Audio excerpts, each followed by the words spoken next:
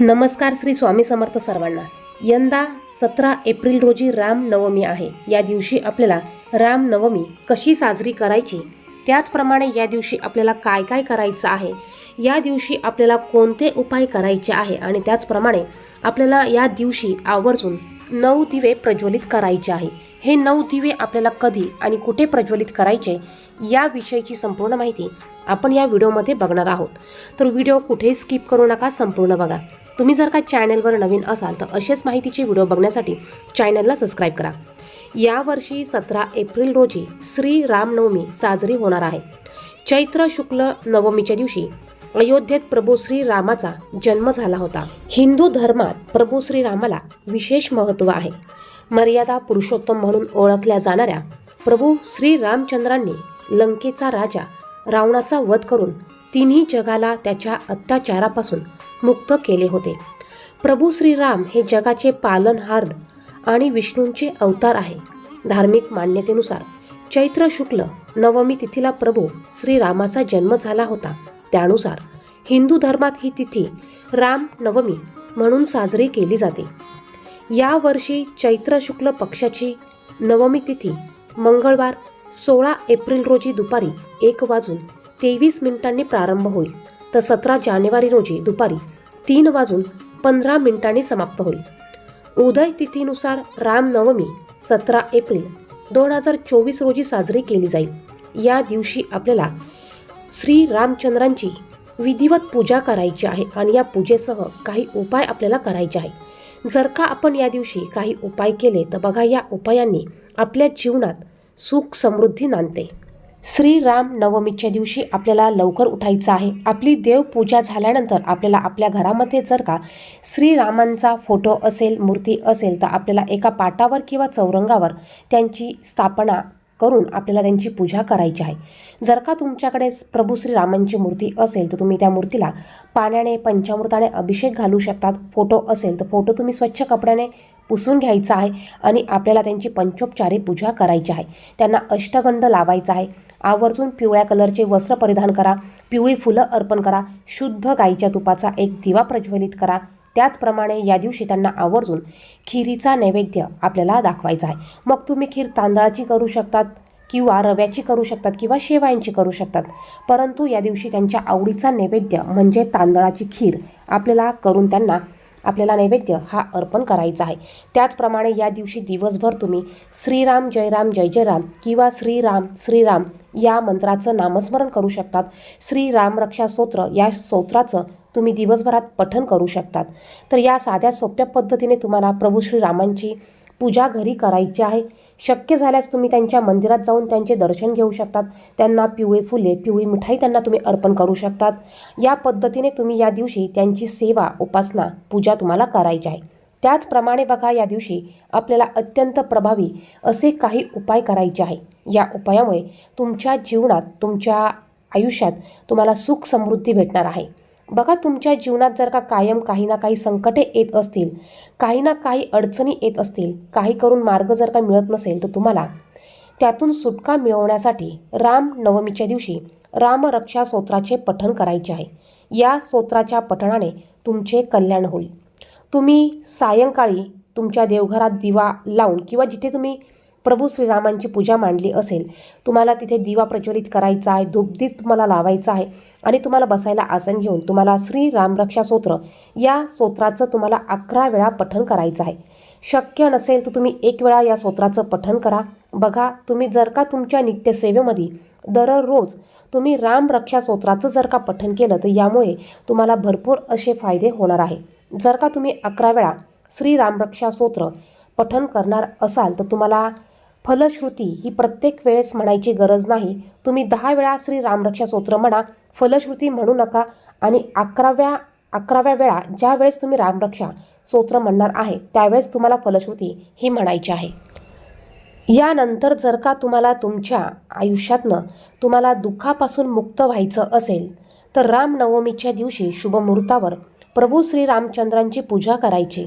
त्या दरम्यान तुम्हाला रामस्तुती, श्री रामचंद्र कृपाळू भजाचा जप करायचा आहे. असे केल्याने बघा, व्यक्तीला दुःखापासून मुक्ती मिळते. यानंतर प्रभू श्रीरामांच्या नावात खूप शक्ती आहे असं म्हणतात। रामनवमीच्या दिवशी श्रीरामाची पूजा करताना रामनामाचा तुम्हाला जप करायचा आहे। बघा, रामनामाच्या जपामुळे या उपायाने तुमच्या जीवनात सुख समृद्धी मिळणार आहे। त्याचप्रमाणे जीवनात शाश्वत पुण्य प्राप्त करण्यासाठी रामनवमीच्या दिवशी रामायण किंवा राम सचित मानसपाठ करणे हा खूप प्रभावी उपाय आहे। रामनवमीच्या दिवशी संपूर्ण हनुमान चालिसाचे पठण करावे, ज्यामध्ये प्रभू राम आणि त्यांचे भक्त हनुमान यांची स्तुती आहे। धार्मिक मान्यतेनुसार ज्याला श्रीराम आणि हनुमानजींचा आशीर्वाद प्राप्त होतो त्याला जीवनात कुठल्याच प्रकारची कमी नसते। त्यांच्या सर्व मनोकामना या पूर्ण होत असतात। त्यामुळे आपल्याला या दिवशी होतील तेवढे उपाय, होतील तेवढे सेवा ही आवर्जून करायची आहे। त्याचप्रमाणे तुम्हाला जर का धनलाभाचे योग निर्माण करायचे असतील किंवा तुमच्याकडे धन येत नसेल, पैसा तुमच्याकडे टिकत नसेल, तर यासाठी तुम्हाला रामनवमीच्या दिवशी कोणत्याही राम मंदिरात भगवा ध्वज दान करायचा आहे आणि पिवळ्या पदार्थांचा नैवेद्य तुम्हाला अर्पण करायचा आहे। केशरयुक्त दुधाने भगवान श्रीरामांचा तुम्हाला या श्रीरामनवमीच्या दिवशी अभिषेक करायचा आहे। याने देखील आपल्याला धनलाभाचे योग हे निर्माण होतात। या दिवशी रामायणाचे पठण केल्यास भगवान राम तर प्रसन्न होतातच, पण रामभक्त हनुमान देखील आपल्यावर प्रसन्न होतात आणि यामुळे आपल्या घरात सुख समृद्धी येते आणि आपल्या धनसंपत्तीमध्ये देखील वाढ होते। याचप्रमाणे आपल्याला श्री रामनवमी या दिवशी श्री राम राम रामेती रमे रामे मनोरमे सहस्रनाम तातुल्य श्री राम नाम वनानरे या मंत्राने देव लवकर प्रसन्न होतात। त्यामुळे घरात आनंद टिकून राहतो। भगवान रामाला पिवळे कपडे आवडतात, त्यामुळे या दिवशी त्यांना पिवळे वस्त्र अर्पण करावे, ते खूप शुभ असते। रामनवमीच्या दिवशी गरिबांना अन्न, वस्त्र इत्यादी तुम्ही दान करू शकतात, ते देखील खूप शुभ मानले जाते। त्याचप्रमाणे तुम्हाला जो मंत्र मी सांगितला आहे या मंत्राचा तुम्ही या दिवशी जास्तीत जास्त जप करायचा आहे।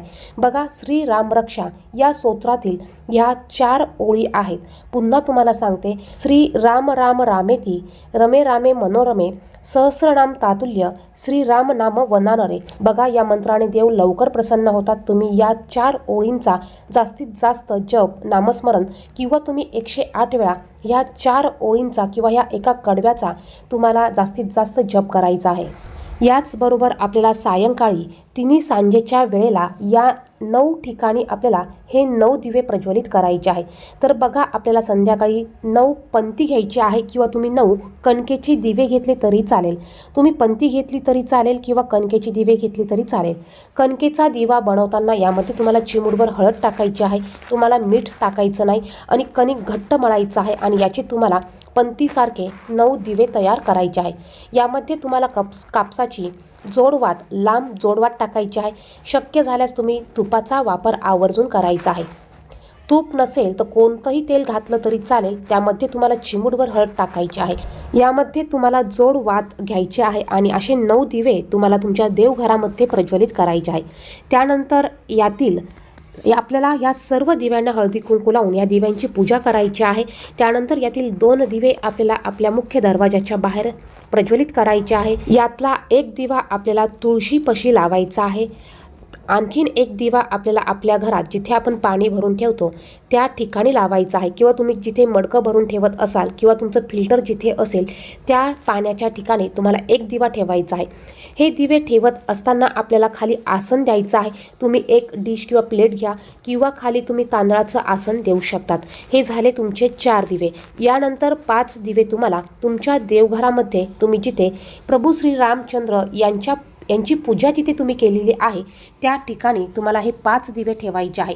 बघा, जर का तुमच्याकडे श्रीरामचंद्र यांची मूर्ती नसेल किंवा फोटो नसेल तर तुम्ही या दिवशी आवर्जून श्रीरामचंद्रांचा फोटो आणू शकतात आणि त्याची पूजा मांडणी तुम्ही करू शकतात। जर का तुमच्याकडे फोटो मूर्ती अजिबात नसेल तर तुमच्या देवघरामध्ये असलेला बाळकृष्णाच्या मूर्तीची तुम्ही या दिवशी पूजा करायची आहे आणि या बाळकृष्णाच्या मूर्तीसमोर तुम्हाला हे 5 दिवे प्रज्वलित करायचे आहे। तर या पद्धतीने हे 5 दिवे तुम्हाला तुमच्या घरामध्ये प्रज्वलित करायचे आहे। या दिवशी तुम्हाला चुकूनही तुमच्या घरामध्ये अंधार ठेवायचा नाही आहे. म्हणजे बघा, आपल्याला आपलं घर, आपल्या घरातील बाहेरचा परिसर हा दीपमय करायचा आहे, हा प्रकाशित करायचा आहे.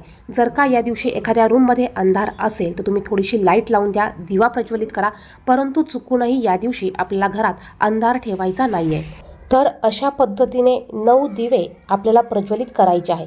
या दिवशी अंघोळीच्या पाण्यामध्ये आपल्याला आवर्जून गंगाजल किंवा गोमतीर पाणी टाकायचं आहे. त्याचप्रमाणे थोडीशी चिमूटभर हळद देखील टाकायची आहे आणि या पाण्याने आपल्याला स्नान करायचं आहे. व्हिडिओमध्ये सांगितलेली माहिती महत्त्वपूर्ण वाटली तर व्हिडिओला लाईक करा, इतरांना देखील ही माहिती शेअर करा. चॅनलवर नवीन असेल तर चॅनलला सबस्क्राईब करा. कमेंट बॉक्समध्ये जय राम, श्रीराम, जय जय राम किंवा श्री स्वामी समर्थ नक्की लिहा. धन्यवाद. श्री स्वामी समर्थ.